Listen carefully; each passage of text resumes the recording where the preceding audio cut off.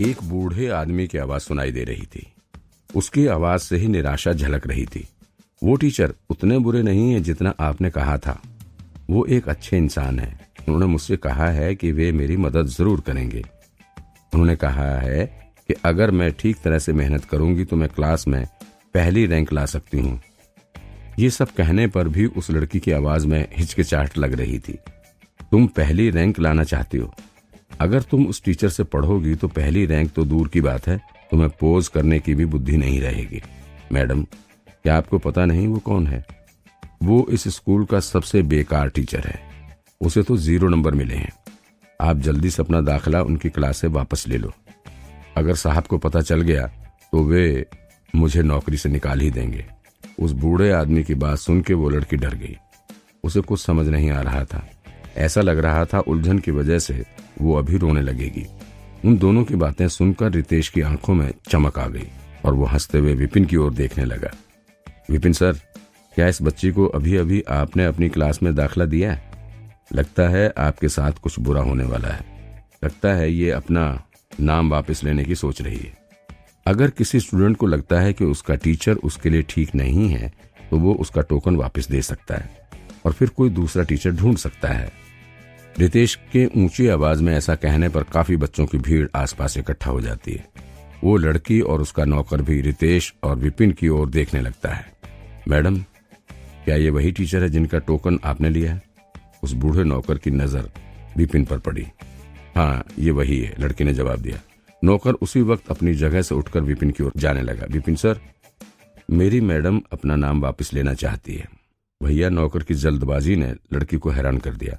लड़की ने शर्मिंदा होकर सिर झुका लिया और जल्दी से नौकर के पीछे पीछे आ गई। उसने विपिन की ओर देखा और बोली, सर मैं... ये वही लड़की थी जिसे विपिन ने अभी कुछ देर पहले अपना स्टूडेंट बनाया था, रोमा। रोमा, तुम्हें पता है कि मैं हर किसी को अपना स्टूडेंट नहीं बनाता। मैंने तुम्हें अपना स्टूडेंट इसलिए बनाया क्योंकि शायद किस्मत में यही लिखा था, वरना आज हमारी मुलाकात क्यों होती। तुम अपना नाम वापस लेकर इतने अच्छे मौके को हाथ से क्यों गंवाना चाहती हो? क्या तुम्हें पता है कि कितने स्टूडेंट्स मुझसे पढ़ना चाहते हैं, मेरी क्लास में दाखिला लेना चाहते हैं, लेकिन मैं उन्हें मना कर देता हूँ। सच तो ये था कि विपिन उस लड़की को इतनी आसानी से नहीं जाने देना चाहता था, जिसे उसने इतनी मेहनत से अपनी क्लास में लेने के लिए मनाया था। इसलिए उसने एक ऊंचे लहजे में ये सब बातें कहनी शुरू कर दी। ये क्या कह रहे हो? विपिन की बातें सुनकर आसपास के लोग हैरानी से विपिन की ओर देखने लगे। उन्हें लगा, क्या ये आदमी पागल हो गया है? भला ऐसे कोई कहता है क्या? क्या मतलब? तुम स्टूडेंट्स का दाखिला नहीं ले रहे हो? और क्या कहा? कई लोग तुम्हारे स्टूडेंट बनना चाहते हैं। अरे तुम्हें स्टूडेंट्स अपना टीचर नहीं बनाना चाहते। ये सब होता देख लड़की ने अपने नौकर को चुप रहने के लिए कहा, लेकिन इससे पहले कि वो कुछ कहती, नौकर ने देखा अभी भी मैडम उलझन में है, तो नौकर फिर बोला, विपिन सर, मैडम अपना नाम आपकी क्लास से वापस लेना चाहती है। वे बस कह नहीं पा रही हैं। आशा करता हूँ आप उनकी इच्छा का सम्मान करेंगे और नाम वापस लेने की जो भी प्रक्रिया है उसे आगे बढ़ाएंगे। विपिन के पैरों तले जमीन खिसक गई। वापस? तुम्हें इस बारे में ठीक से सोच लेना चाहिए। अपना नाम वापस लेने से पहले तुम्हें ये सोच लेना चाहिए, इससे इसका नाम खराब होगा। एक टीचर की क्लास से नाम वापस लेकर दूसरे टीचर इसे अपनी क्लास में लेने से पहले 2 बार सोचेंगे। क्या तुम अपनी जिद के कारण अपनी मैडम का भविष्य खराब करना चाहते हो? क्या तुम इसकी जिम्मेदारी ले सकते हो? ये नौकर घबरा गया। स्टूडेंट्स अपना नाम वापस ले सकते हैं, लेकिन इससे उस टीचर का नाम बदनाम होता है। इसका मतलब ये भी हुआ, अगर स्टूडेंट्स एक क्लास से अपना नाम वापस ले सकता है तो वो और क्लासों से भी अपना नाम वापस ले सकता है। इस तरह के स्टूडेंट्स को टीचर कम ही दाखिला देते हैं, जिससे स्टूडेंट का रिकॉर्ड बिगड़ जाता है।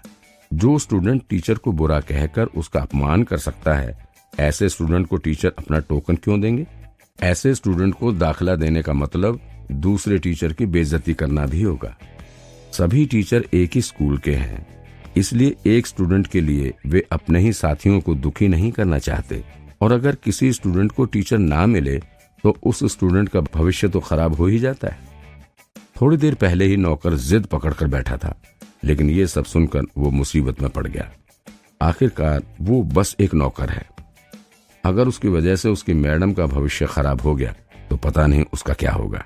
नौकर को उलझन में देख विपिन ने उसे तसल्ली दी। चिंता मत करो, तुम्हारी मैडम टैलेंटेड है, मैं उन्हें ठीक से पढ़ाऊंगा, वे जरूर अच्छे नंबर ले आएंगी। क्या मजाक है, कोई कैसे भला मरे हुए पक्षी को उड़ना सिखा सकता है? एक मिनट, कौन कहता है कोई और टीचर दाखिला नहीं देगा? सुनो लड़की, अगर तुम अपना नाम इस टीचर की क्लास से वापस लेती हो तो मैं अभी तुम्हें अपनी क्लास में दाखिला देता हूँ। इससे पहले कि विपिन आगे कुछ और कहता, रितेश बीच में ही बोला। वो तो अभी अभी कह रहा था कि बहस नहीं करूंगा और मौका मिलते ही फिर शुरू हो गया।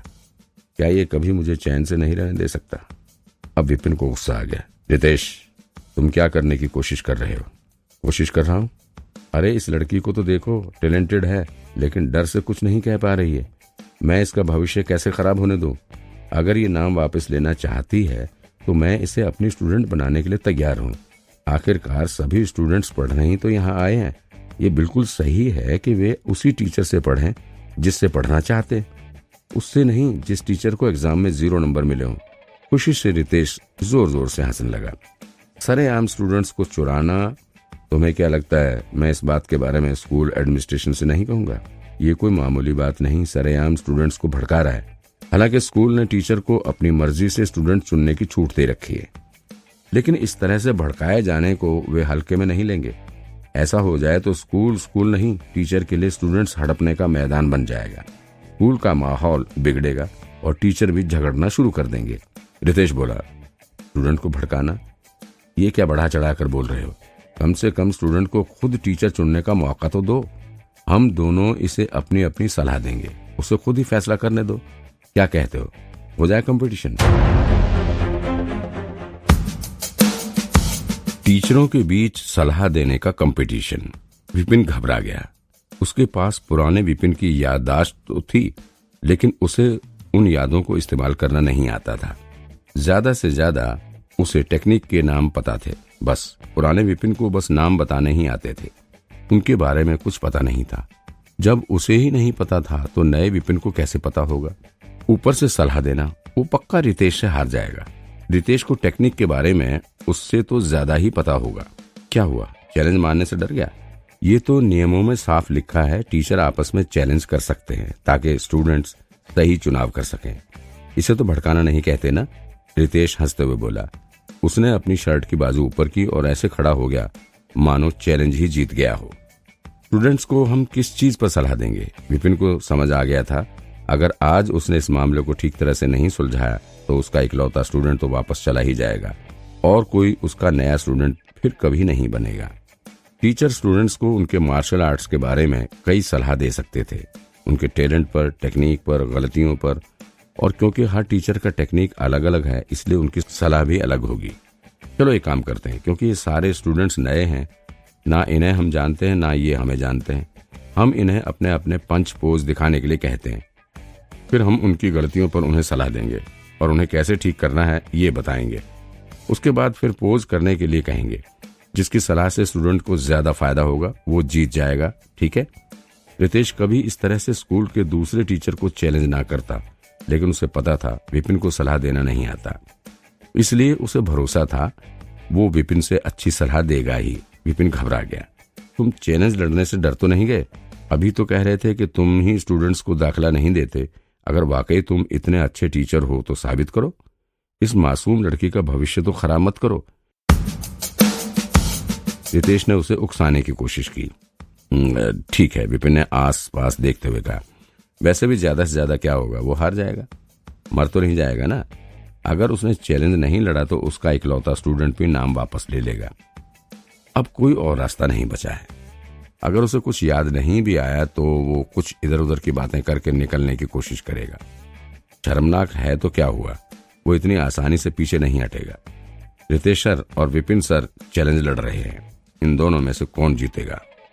ये तो वही है, इसी को 0 नंबर मिले थे, ये फिर भी चैलेंज लड़ रहा है। सच में क्या इसे और बेइज्जत होना है? चैलेंज की बात सुनकर स्टूडेंट्स की भीड़ खाना बीच में ही छोड़कर दोनों की ओर देखने के लिए लग गई। आज दाखिले का दिन था। कई लोगों ने 0 नंबर वाले टीचर के बारे में सुना था, पर कोई उससे मिला नहीं था। सभी जानना चाहते थे कौन जीतेगा। नियमों के हिसाब से तुम मेरे स्टूडेंट को सलाह दोगे और मैं तुम्हारे। स्टूडेंट्स को इकट्ठा होते देख रितेश को और जोश आ गया और वो खुलकर मुस्कुराया। चैलेंज समान हो इसलिए टीचर को अपने स्टूडेंट को सलाह देना मना है, ताकि नकल की गुंजाइश ना रहे। उन्हें बस एक दूसरे के स्टूडेंट्स को सलाह देनी है। चैलेंज के नियम और तरीका बताकर रितेश एक महान टीचर की तरह कोने में खड़ा हो गया और लड़की की तरफ देखकर बोला, लड़की यहाँ आओ, मुझे अपना मार्शल आर्ट का बेसिक पोज दिखाओ और फिर अपनी पूरी ताकत से उस दीवार पर मारो। मैं? लड़की हैरान होकर विपिन की ओर देखने लगी, फिर हिम्मत कर आगे बढ़ी। उसने रितेश को अपना मार्शल आर्ट बेसिक पोज करके दिखाया। फिर पहले की ही तरह उसकी एनर्जी से हवा में हलचल होने लगी और आखिरी पोज होते ही जोर की आवाज आई। उसके पंच की आवाज पूरी कैंटीन में गूंज गई। अगर किसी ने अपनी आंखों से ना देखा होता तो कोई नहीं मानेगा कि इस घबराई लड़की ने पंच मारा होगा। उसका पोज मजबूत था और पंच जोरदार। कोई देख के ही कह सकता था उसने अच्छी प्रैक्टिस की है। फिर लड़की ने मुड़कर दोनों टीचर की ओर देखा। पोज देखने के बाद विपिन मायूस हो गया। जितना उसे पता था पुराने विपिन को भी नहीं पता था कि क्या गलती निकले। इसमें कोई हैरानी नहीं कि 0 नंबर मिले थे। कोई भी कमी निकालने के लिए उसकी नजर कमजोर थी। रितेश ने देखा लड़की में टैलेंट है और मुस्कुराते हुए कहा, अब अपनी पूरी ताकत से उस दीवार पर पंच मारो। वो उसके दिमाग से उसका ध्यान अभी ही हटा था और उसका सिर अभी भी चकरा रहा था। उसे तो पोज का नाम भी नहीं पता। वो गलती कैसे निकाले, सलाह कैसे दे। विपिन सर प्लीज मेरी गलती सुधारें। रोहन आगे बढ़ा और विपिन की ओर देखकर बोला,